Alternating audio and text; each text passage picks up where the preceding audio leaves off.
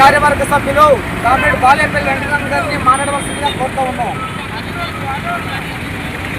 దేశవ్యాప్తంగా జరుగుతున్నటువంటి సమ్మెలో అనేకమైనటువంటి కార్మిక సంఘాలు, దానికి తోడుగా రైతు సంఘాలు, వ్యవసాయ కార్మిక సంఘాలు దేశవ్యాప్తంగా కూడా ఈ సమ్మెలో పాల్గొంటూ ఉన్నాయి.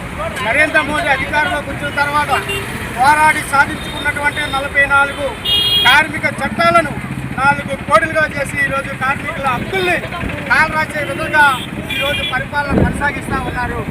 ఈ 4 కోడులు కూడా రద్దు చేయాలని చెప్పి కార్మిక సంఘాలు పదే డిమాండ్ చేస్తున్నప్పటికీ కూడా వాళ్ళు చేయకుండా తూర్పు మంత్రంగా పరిపాలన కొనసాగిస్తున్నటువంటి నేపథ్యంలో ఈ సమ్మెను తీసుకురావడం జరిగింది.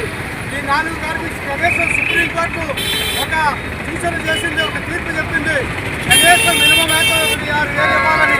కానీ సుప్రీంకోర్టు ఇచ్చినటువంటి గైడెన్స్ కూడా లెక్క చేయకుండా మరి పరిపాలన కొనసాగిస్తూ ఉన్నారు. మరి ప్రపంచవ్యాప్తంగా కూడా గిట్టుబాటు ధర కల్పించాలని చెప్పి మరి కోరుతా ఉన్నాం. అదే సందర్భంలో వ్యవసాయ కార్మికులు మరి ఆనాడు 2004లో మరి ఎర్ర జెండాల నాయకత్వంలో పార్లమెంట్ సభ్యులు గెలిచినటువంటి నేపథ్యంలో తీసుకొచ్చినటువంటి గ్రామీణ ఉపాధి హామీ పథకానికి ఈరోజు తూట్లు పడుతూ ఉన్నారు. సంవత్సరం దానికి మరి నిధులు తగ్గిస్తూ ఉన్నారు. అందుకే ఈరోజు 100 రోజులు కాదు 200 రోజుల పరిధిలో పెంచాలా. దాంతో పాటు పెరుగుతున్నటువంటి నిత్యావసర వస్తువుల ధరలకి అనుకూలంగా కనీసం 600 రూపాయలు మరి రోజుకి వేతనం ఇవ్వాలని చెప్పి మరి డిమాండ్ చేస్తూ ఉన్నాం.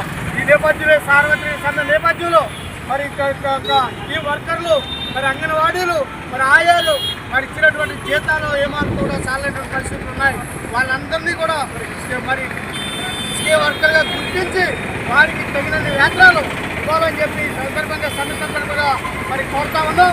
ఈ నేపథ్యంలో రాబోతున్నటువంటి రోజుల్లో ఇప్పటికైనా కేంద్ర ప్రభుత్వంలో కొనసాగుతున్నటువంటి ఒక్కొక్క రంగాన్ని స్టీల్తో మొదలుకొని, పోర్టుతో మొదలుకొని, రైల్వేలు మొదలుకొని అన్నీ కూడా ప్రైవేట్ పరం చేయడానికి ప్రభుత్వం కోరుతూ ఉంటుంది.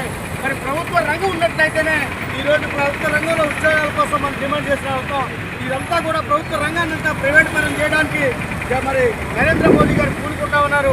వారికి అనుగుణంగా ఈ రాష్ట్రాల్లో పరిపాలన చేస్తున్నటువంటి వివిధ రాష్ట్రాల్లో మరి రాష్ట్ర పార్టీలు కూడా వారికి అనుకూలంగా, ముఖ్యమంత్రులు కూడా కేంద్రం అనుసరిస్తున్నటువంటి చట్టాలకు అనుకూలంగా రాష్ట్రాల్లో కూడా పరిపాలన కొనసాగిస్తూ ఉన్నారు.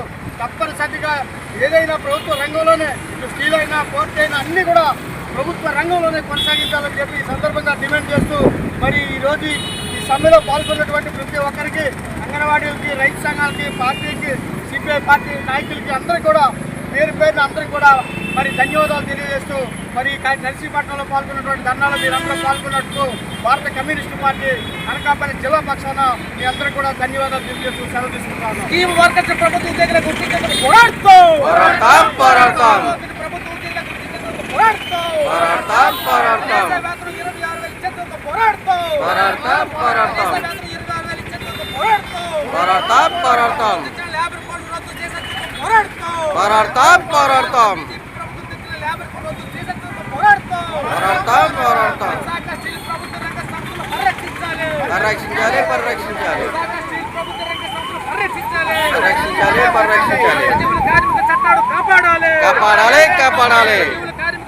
కాపాడాలి. కాపాడాలి. 26,000 ఇవ్వాలి. పోరాడుతూ ఈ వర్గ ప్రభుత్వ ఉద్యోగులుగా గుర్తించాలి. రైతాంగాన్ని కాపాడాలి. రైతులు పండించే పంట గిట్టుబాటు ధర చట్టం చేయాలి. ప్రభుత్వం తెచ్చిన లేబర్ కోడ్స్ రద్దు చేయాలి. స్టీల్ ప్రభుత్వ రంగ సంస్థను పరిరక్షించాలి. దేశవ్యాప్తంగా ఉన్న ప్రభుత్వ ప్రైవేట్